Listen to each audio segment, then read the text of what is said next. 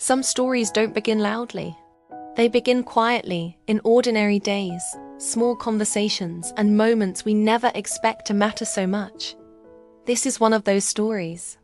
It is not about perfection, nor about easy choices.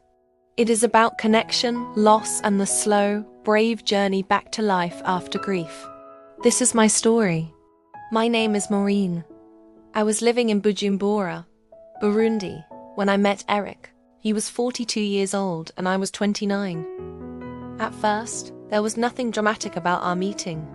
We talked, we laughed, and slowly, trust grew. Eric was married and I knew that from the beginning. Still, over time, something unexpected happened. We became close in a way neither of us planned. Eric was gentle, caring, and warm-hearted. He listened when I spoke, encouraged me when I doubted myself, and showed up when I needed someone.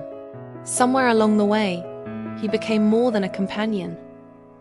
He became my closest friend. With him, I felt understood and emotionally safe. For over 2 years, that bond became part of my daily life, and I saw no reason to walk away from someone who treated me with kindness and respect. Then, without warning, everything changed. One morning, I woke up to news that felt unreal. Eric had fallen ill suddenly. The illness was short, but it took his life. Just like that, he was gone. The man who had become my friend, my comfort, my quiet joy, no longer existed in this world. Grief rushed in like a storm. I cried at night when the city was silent. I stayed awake, replaying memories, conversations, laughter. I felt shocked, confused, and broken. I struggled to accept that someone who had been such a constant presence could disappear so completely. My heart felt heavy, filled with pain I didn't know how to release. There were days when I felt lost. I questioned myself, my emotions, and my future. I wondered how to keep going when someone who mattered so deeply was suddenly absent.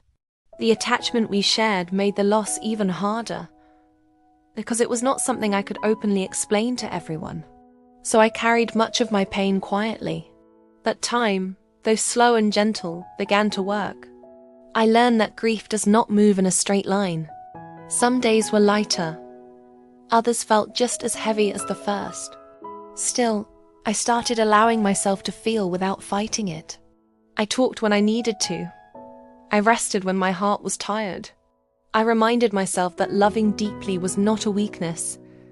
It was proof that I was human. Gradually, I began to see something important. Eric's death did not erase what he gave me. His kindness shaped me. His words strengthened me. The love and care we shared became lessons, reminders of what I deserve and what I can offer others. I realized that honoring his memory did not mean staying trapped in pain. It meant choosing to live well, to grow, and to carry forward the good he left behind. The nights became quieter. My tears became less frequent.